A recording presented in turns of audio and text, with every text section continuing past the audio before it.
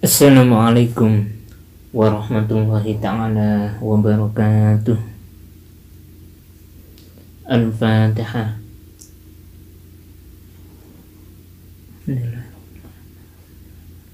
Iyyaka na'budu wa iyyaka nasta'in ihdinas siratal mustaqim siratal ladzina an'amta 'alaihim.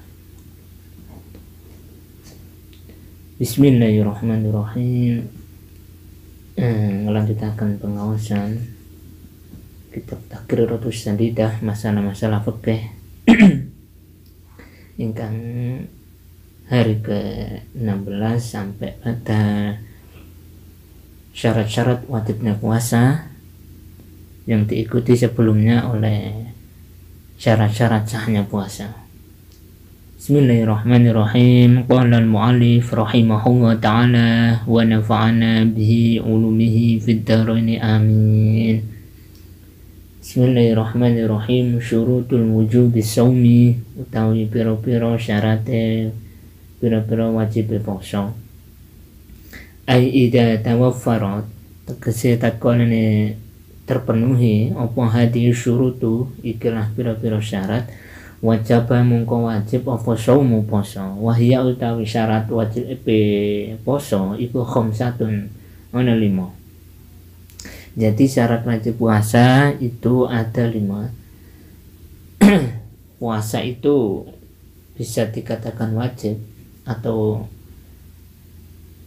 wajib bagi puasa itu bisa dikatakan wajib apabila kategori 5 ini bisa atau terpenuhi.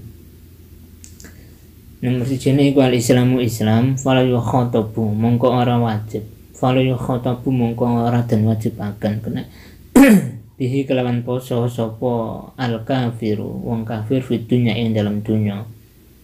Wa amal murtad lan anapun wong sing murtad wajibu mongko wajib alaihi ing atase wong sing murtad opal qada utawa nyaur utang poso idza raja'a takonane bali sapa wong murtad ilal islami maring agama Islam. Jadi syarat wajib puasa yang pertama adalah Islam. Begitu juga kemarin syarat sah puasa juga Islam.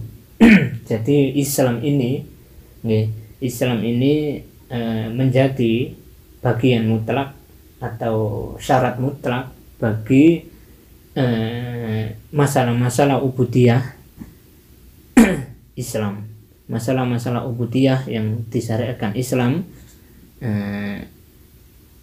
syarat Islam ini menjadi mutlak.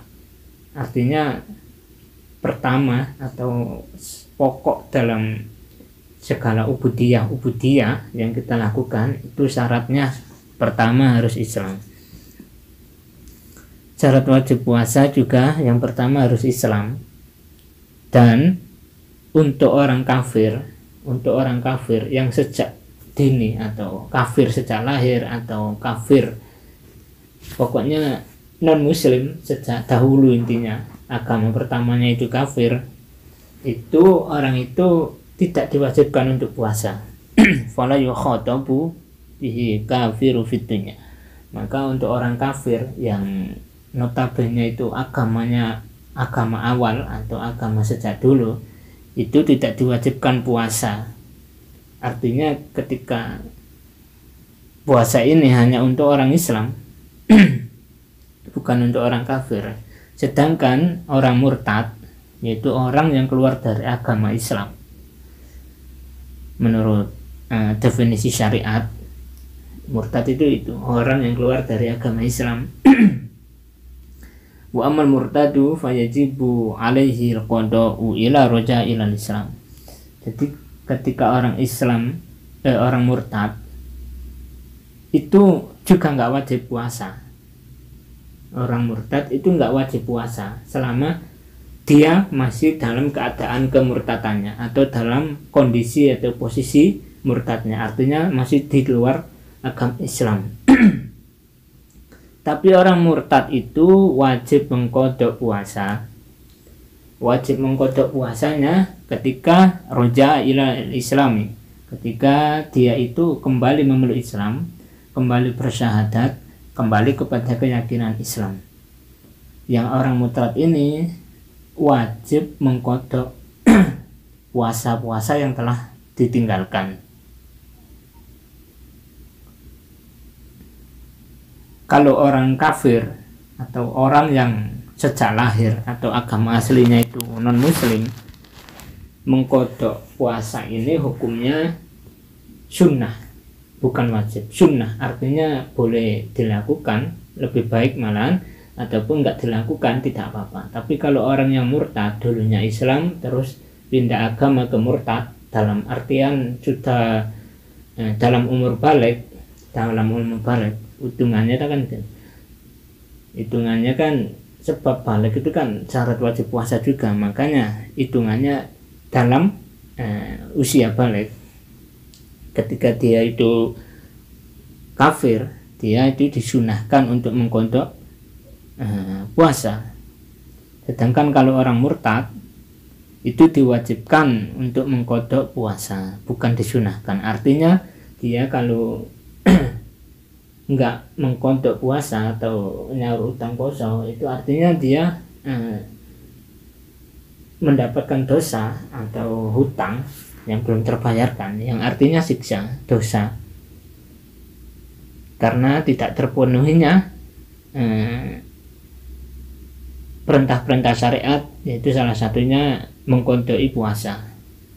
Itu kalau orang murtad. Orang murtad itu harus wajib mengkodoi puasa yang sudah ditinggalkan. Seumpama ada yang murtad 3 hari, terus setelah itu kembali ke Islam atau syahadat, maka 3 hari itu dikodoi, harus wajib dikodoi di luar Ramadan. Seumpama murtad 3 tahun, ya udah 3 bulan puasa mengkodoi di luar bulan Ramadan. Paham ya? Yang nomor lorone iku at-taklifu mukallaf. At-taklifu mukallaf, syarat wajib puasa ayakuna tegese yen ta ono iku balighon wong sing baligh, akilan tur berakal, wa amasobiyu lan anapun utawi bocah, fayajibu mongko wajib ala waliyi amrihi ing atase fayajibu mongko wajib ala waliyi amrihi ing atase wali ku kudu merintah, wong tuwa iku kudu merintah, ayak muro yen to merintah sapa wali hu ing soyib, hu ing cobi bocah, hu ing bocah bisa umi untuk berpuasa lisa biizinina maring umur 7 tahun. Waya tribalan harus mukul sapa wali atau orang tua hu ing bocah ida tarokah kang ninggalna sapa bocah hu ing poso li isri sinina ketika umur 10 tahun. Jadi syarat wajib kedua adalah taklif. Taklif yaitu mukallaf. Mukallaf adalah orang yang sudah balik. Jadi kalau perempuan itu ada yang umur 9 tahun, pokoknya usia perempuan itu dobit atau takaran seorang wanita itu dikatakan balik ketika sudah menstruasi atau haid. Sedangkan kalau laki-laki itu usia 15 tahun atau sudah mimpi basah. Kalau sudah mimpi basah umur 12 tahun ya udah sudah balik dia. Tapi kalau belum mimpi basah sampai usia 15 tahun kok belum mimpi basah, berarti si laki-laki itu sudah balik meskipun belum mimpi biasa. Itu takaran-takaran atau dobit-dobit ukuran wanita atau laki-laki niku menginjak usia balik. Syarat boleh ngarani syarat wajib itu bukan hanya balik taklif itu, tapi harus akilan, harus yang berakal, harus akal sehat. Paham nih? Harus yang akal sehat. Kalaupun seseorang itu sudah balik tapi nggak akal sehat, artinya balik tapi gila atau ya gila edan, itu maka nggak wajib atas baginya itu puasa. Harus yang balik dan berakal sehat. Ini yang harus dipahami oleh orang-orang atau semuanya, bahwa syarat wajib puasa yaitu baligh dan aqilan, harus berakal sehat.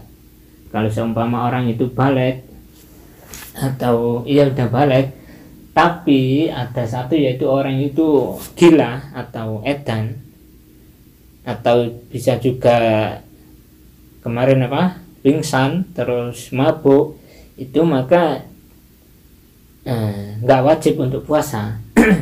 Begitupun sebaliknya, kalau ada orang yang belum balik, anak yang belum balik tapi berakal, tapi berakal artinya akalnya sehat, nggak gila, nggak mabuk, terus nggak semaput, itu artinya soha, tegese puasanya sah, tapi syarat wajib itu harus balik dan berakal. Jika orang yang balik tapi akalnya nggak sehat, maka tidak diwajibkan puasa. Makanya kalau orang balik kok nggak puasa, boleh, kata siapa nggak boleh? Orang balik nggak puasa itu boleh, tapi syaratnya harus satu, yaitu awah, edan, gila, baru boleh nggak puasa, dan nggak ada tanggungan bagi dia. Wa amma sabiyu fayajibu ala waliyyi amri. Nah, untuk anak kecil artinya anak yang belum balik, yaitu orang tua harus mendampingi atau menyuruh atau memerintah atau mengajari untuk puasa lisabi sini di umur yang ke-7 tahun. Jadi anak kecil itu di umur yang ke-7 tahun itu dianjurkan oleh Rasulullah Muhammad SAW yang disertai oleh para salafus saleh, ulama-ulama kita, untuk mengajarkan atau menuntun, memberi pemahaman untuk mengerjakan puasa Ramadan. Wa yatribahu idza tarakahu li isri sinina.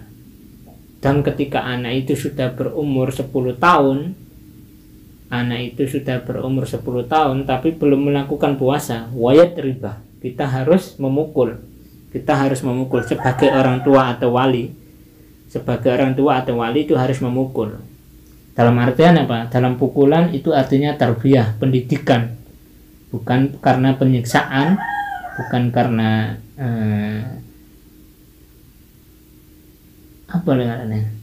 bukan karena penyiksaan itu, tapi pemukulan dengan cara pendidikan 10 tahun. Wes nggak usah mukul, bahaya kok, malah seakan anakku, malah nantinya yang bahaya. Sebab kalau anak itu bisa dididik atau anak itu bisa dibentuk karakter, anak itu bisa dirubah sifatnya buruk ke baik, ataupun sebaliknya, itu usia keemasan itu 7 sampai 10 tahun. Apabila kita itu usia 10 masih memanjakan anak, atau masih kurang memperdulikan anak, atau masih kurang mengajarkan, memberi pemahaman tentang agama, tentang syariat, tentang puasa, tentang sholat di usia 10 tahun, maka di usia ke-15 tahun anak itu sudah sulit untuk diberi karakter atau dibentuk karakter dengan karakter yang soleh. Jadi usia 7 sampai 10 ini adalah usia emas, usia keemasan anak untuk bisa berubah menjadi karakter sesuai yang diinginkan orang tuanya. Jadi apabila kita itu ingin anak yang soleh, maka 10 ini sudah batasan mentok, dalam artian batasan yang sudah terakhir untuk kita itu memberikan pendidikan untuk menentukan karakter anak itu kelak akan menjadi apa, atau bisa manut atau enggak, dalam artian gitu. Nah ini sesuai dengan hadis Rasul Muhammad SAW. Begitupun sholat, maksudnya jadi ku hadisipun muru auladakum bisholah wahum abna'u sab'i sinin watribuhum 'alaiha wahum abna'u asyrin. Perintahlah anak-anakmu kabeh iku untuk sholat di usia ke-7 tahun, dan pukullah atau gepuk enis. Entah itu ulama itu macam-macam, ada yang menafsiri gepuk dalam gepuk yang alon-alon, atau gepuk yang gepuk enteng, gepuk halus, macam-macam. Khilafiyah, namanya khilafiyah. Pukullah anakmu niku di usia ke 10 tahun ketika anak itu meninggalkan sholat, dalam artian belum melakukan sholat, itu sesuai hadis Rasul Muhammad SAW. Makanya usia 10 sampai 7 sampai 10 ini adalah usia keemasan anak. Kalau bisa belum usia 7 tahun sudah diajarin sholat, terus diajarin syariat, diajarin puasa, maka usia 10 itu anak itu sudah matang dengan karakter kesolehannya. Lah usia ke-15 maka malah ditunda-tunda, waktu bahaya. Usia ke-15 niku lek bisa-bisa kita yang kalah dengan anak, bisa-bisa kita yang dibentak oleh anak usia ke-15 itu. Terus 20 wis awake wedi, wis awake ngandani malah disentak, awake nuturi malah diwalik maneh. Itu di usia-usia ke-15 ke-20 sampai tuh itu angel-angel pembentukan karakter. Di kitab Akhlak Lubabul Hadis juga diterangkan bahwa digambarkan sebuah pohon apabila kecil itu sudah dibenahi atau dibetulkan, ketika pohon itu bengkok maka dia itu masih mudah dibenarkan dan akhirnya tinggi atau tumbuh dengan pohon yang kokoh dan lurus. Apabila pohon itu sudah tua, dalam artian pohon itu sudah besar, sudah berbuah, tapi kok dari kecil ketika pohon itu bengkok nggak dibenahi atau diluruskan, maka sudah nggak bisa. Pohon itu sudah tumbuh dengan bengkoknya, tua dengan bengkoknya, sudah nggak bisa dibentuk atau diluruskan. Bila ingin meluruskan atau membentuk, kita tinggal potong. Udah nggak bisa. Itu ibarat karakter seorang anak atau manusia. Paham ya? Jadi anak itu harus diperintah atau dididik atau diberi pengertian, diberi argumen pada usia ke-7 agar anak itu mengerti. Terus kalau umur 10 masih belum mau mengerjakan puasa atau sholat, maka wajib riba, kita harus memukul. Entah mukul dalam artian pendidikan boleh, atau mukul dengan biar anaknya cek takut, engko wis mari wis pisan pindho dipukul, engko wis selawase bakal dadi habib, bakal dadi syafaati awake emben dek alam kubur, terus iso narik nang swarga. Kan ngoten. Ingkang nomor 3 menika al-itaqah. Iku al-itaqah tu mampu. Ai kudratu tegese mampu alaihi ing atase nglakoni poso. Wal itaqu lan mampu iku takun ana apa itaqu hisan itu secara fisik, hisan ing dalam fisik, wa syar'an lan syara'. Jadi syarat ketiga itu kita harus mampu. Tegese mampu menjalankan puasa, kita kuat menjalankan puasa. Kita berenergi menjalankan puasa tanpa adanya gangguan apapun yang menjadi uzur, masalah syarak maupun masalah fisik. Jadi itokoh itu takunu hisan wa syar'an. Mampu itu ada dua definisi, secara fisik maupun secara syarak. Nomor siji niku hisan secara fisik atau alamiah. Iku fala yajibu mongko ora wajib ala syekhil harimi ing atase wong tuwa sing jumpo, sing wis lemah, sing wis gak mampu apa-apa, wal maridilan ing wong loro. Jadi hisan atau secara fisik, secara alamiah ngene menika yang dikatakan mampu secara alamiah gimana kok orang itu harus sehat, orang itu harus muda.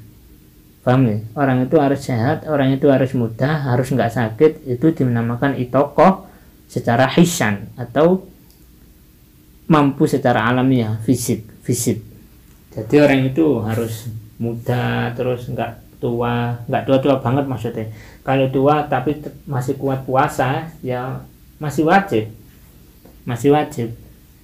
Yang tidak wajib itu tua, jumpo, tur, wis gak iso tangi, wis gak iso apa-apa, wis pokoknya mangan didulang, terus diseponi, mau mandi diseponi diganteni baju ngono tok ya nggak wajib puasa. Orang tua seperti itu artinya tua yang jumpu dan lemah. Terus yang kedua adalah orang yang sakit. Orang yang sakit itu juga tidak wajib untuk puasa. Nanti ada definisinya atau dobit, batasan atau karakter atau rincian orang yang sakit seperti apa yang boleh dikatakan nggak puasa.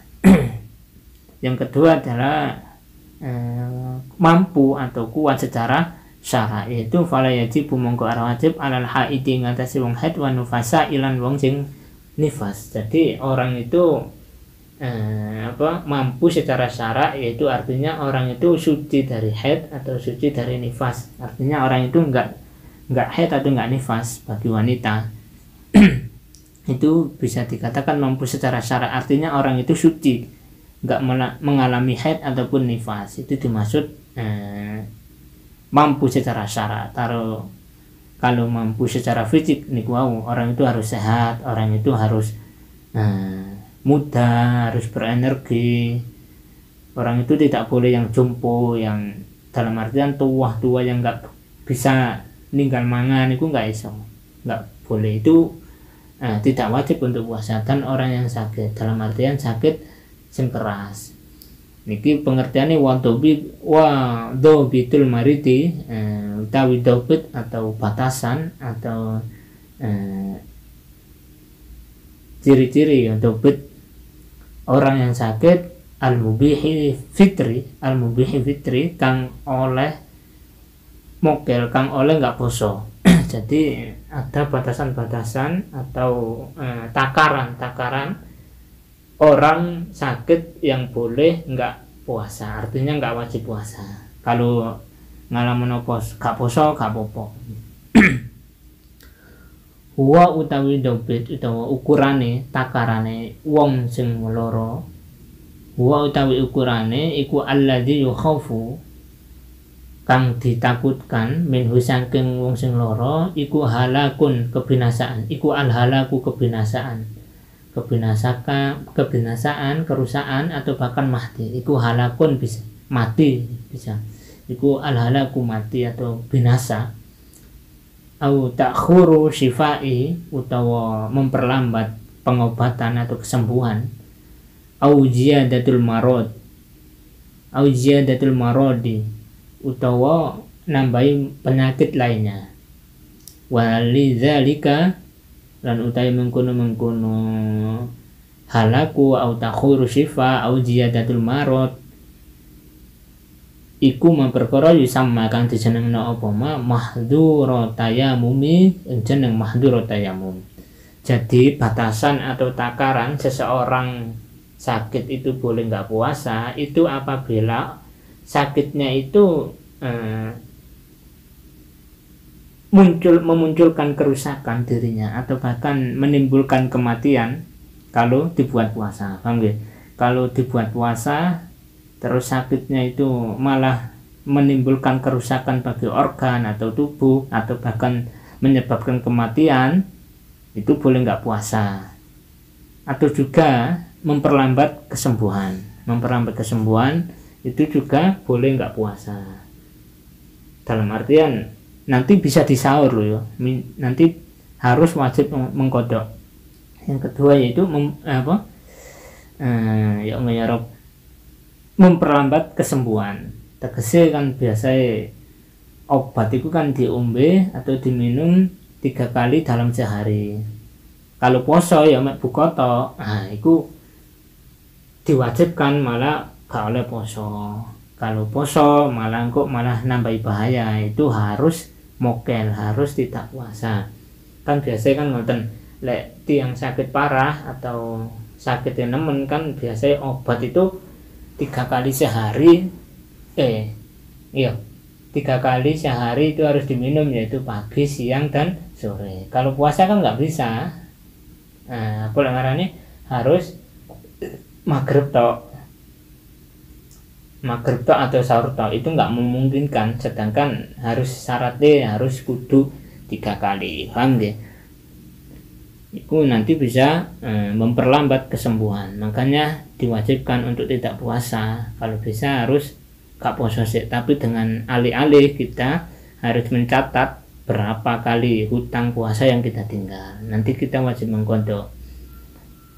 Wajiyadatul marot selanjutnya yaitu orang yang boleh nggak berpuasa, orang sakit yang boleh nggak berpuasa, yaitu adalah orang yang apabila itu puasa penyakitnya malah nambah, dalam artian penyakit satu belum selesai, nanti kalau dibuat puasa malah lambungnya malah pecah atau malah bocor, itu malah yang dimaksud ziyadatul marad, penyakitnya bisa bertambah, itu boleh nggak puasa, boleh nggak puasa, tapi dalam artian dikodok ya, dikodok.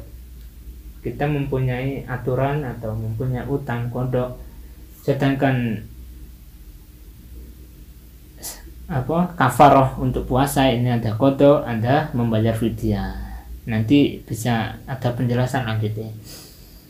Kodok kayak penyakit kayak masih umur 30 atau 40, pokoknya masih belum jumbo banget atau belum tua banget, ketika orang itu sakit boleh nggak puasa, tapi ingat kita itu harus mengkodok puasa, kita harus wajib mengkodok puasa, paham gak? Lek kayak wong jumbo kayak senganu nggak wajib mengkodok puasa, orang-orang tua yang sudah nggak bisa bangun, nggak kuat bangun, nggak kuat apa-apa, itu nggak wajib puasa, hanya wajib membayar fidyah, yaitu anaknya atau keturunan-keturunannya yang membayarkan fidyah. Masalah seperti ini disebut juga mahdurat tayamum, artinya ini juga yang membolehkan tayamum meskipun ada air, ya. Kalau dalam keadaan darurat, artinya darurat itu kita terkena penyakit, kalau terkena air itu penyakit itu malah menyebar, atau penyakit itu malah tambah parah atau tambah melempuh, itu meskipun ada air kita itu boleh tayamum, paham gak? Pokoknya kalau sekiranya terkena air itu malah tambah parah penyakit atau memperlambat kesembuhan atau bisa halak, malah merusak fisik atau tubuh organ, itu boleh meskipun ada air suci, ada air banyak, itu kita boleh melakukan tayamum. Makanya masalah seperti ini disebut mahdurat tayamum. Yang kelima gimana kok iku al-iqamatu itu bermukim. Mukim, kita tinggal di daerah kita sendiri, itu yang dimaksud. Fala tegese gak musafir, gak perjalanan. Fala yajibu, mongko ora wajib alal musafir ing atase wong sing mufasir utawa wong sing lunga. Alladzi yufassiru safaron, yaitu dengan perjalanannya tawila isna wasamanuna, dengan sejauh tawila isnan wasamanuna kilometrin, dengan perjalanan sejauh 82 km. Mubahan mongko mubah. Jadi syarat wajib puasa yaitu orang itu harus bermukim. Artinya bertempat tinggal di tempatnya, artinya dia itu tinggal di tempatnya. Kalaupun keluar nggak jauh-jauh banget, itu yang dimaksud iqamu. Sedangkan untuk orang musafir, ya Allah, untuk orang musafir itu boleh nggak puasa dengan takaran atau dengan syarat perjalanannya itu sejauh 82 km. Nih, sejauh 82 km. Itu baru boleh tidak puasa orang musafir. Kalaupun perjalanan cuma 10 km ya wajib puasa, nggak boleh mokel. Meskipun musafir. Sebab musafir itu adalah yang keluar dari zona itu, man. Itu yang dimaksud musafir. Kalaupun kita kene nang Unisma atau kene nang UIN itu nggak meskipun luwe banget ya gak ada mokel, sebab masih atau di bawah 82 km. Sedangkan syarat bolehnya nggak puasa seorang musafir yaitu sejauh 82 km. Dan catatan lainnya, musafir ini harus dengan niat non maksiat, artinya tidak melanggar syarat, tidak melanggar syariat.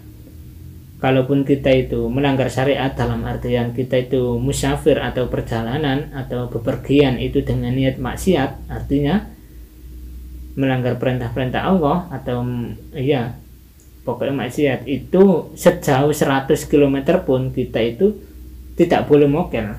Meskipun jarak 100 km, kalau kita niat dengan maksiat, perjalanan kita itu nggak boleh mokel, harus dengan sesuai cara, artinya tidak bermaksiat dalam musafir, entah itu silaturahim atau berobat atau bahkan kulaan atau bahkan lain-lain, pokoknya yang enggak melanggar syariat itu boleh seorang musafir tidak puasa dalam dobit atau takaran sejauh 82 km perjalanan.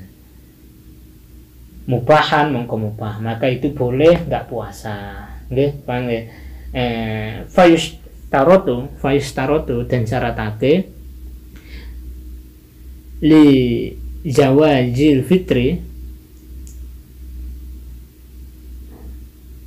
nyekti wenang untuk mokel fisafari ing dalam perjalanannya. Nah, itu maksudnya itu.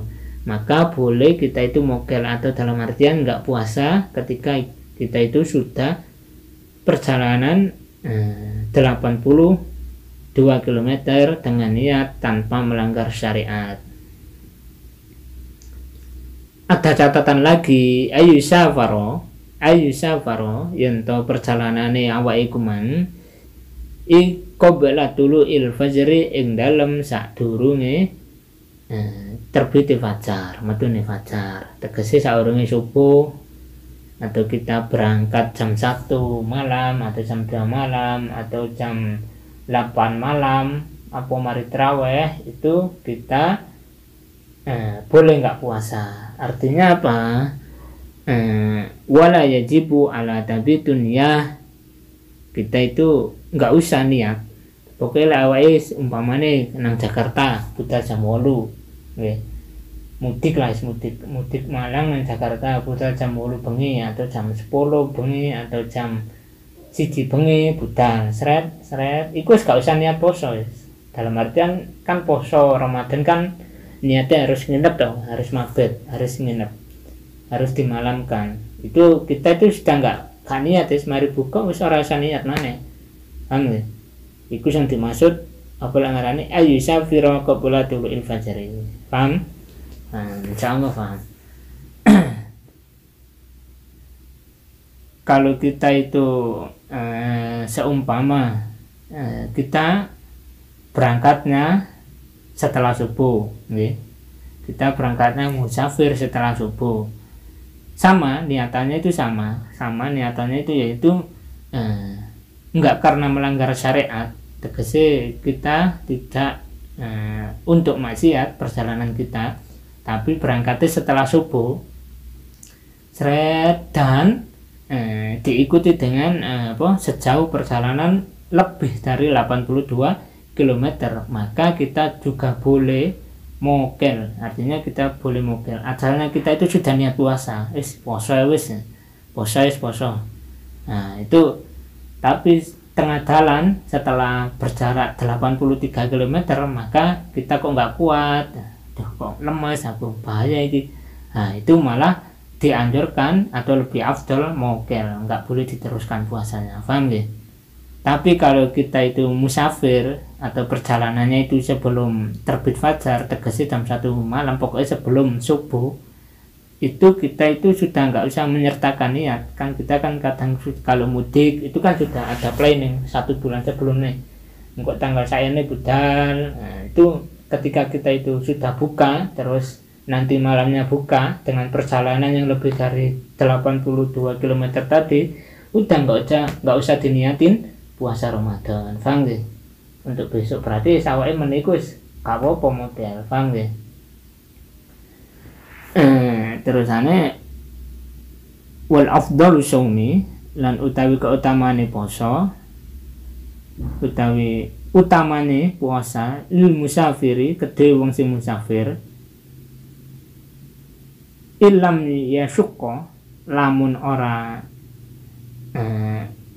memperberat atau ya memperberat, harus memperberat alaihi ing atase poso. Dadi yang lebih afdol terus nih fa in syakko, mongko lamun keberatan sapa wong sing musafir atau yang perjalanan berpergian jauh tadi tanpa maksiat, fal fitru mongko mokelo iku afdalu ya luwih afdal. Jadi kalaupun kita itu perjalanan atau musafir itu sudah lebih dari kadar atau dobit yang ditentukan oleh syariat, yaitu lebih dari 82 km, dan terus musafirnya sudah nggak ada niatan untuk maksiat, meskipun kita itu sudah lebih dari itu, tapi ketika kita itu mampu untuk puasa, artinya kita kuat masih menjalankan puasa, itu afdhalus shaum, itu malah lebih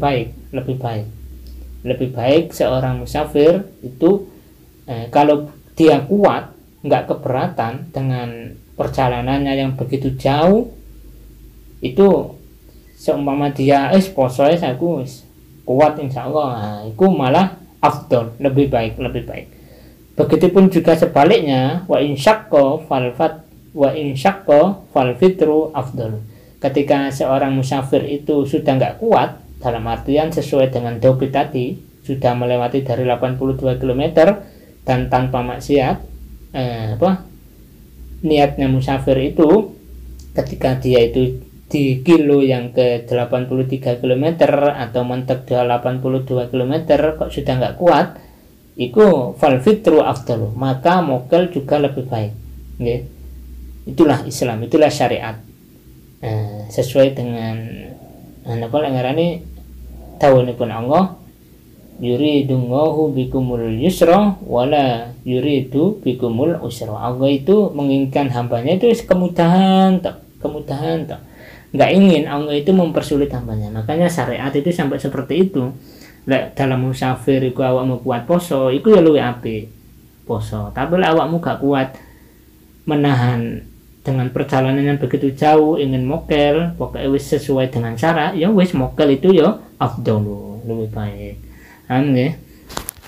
Semoga ini sekelumit atau sedikit ngawas pandongan hari ke 16 niki, nambahi ilmu, nambahi pengetahuan, nambahi ilmu yang manfaat, nambahi pengetahuan baru atau pengetahuan yang lain bagi yang belum mengerti, bagi yang menyimak atau mendengarkan dan YouTube napa sing hadir, mugi-mugi dipun paringi futuh ilmiah saking Allah Ta'ala. Mugi-mugi ibadah saumi, ibadah posone, ibadah lain-lainnya dalam bulan Ramadan diterami dengan Allah Ta'ala. Al-Fatihah.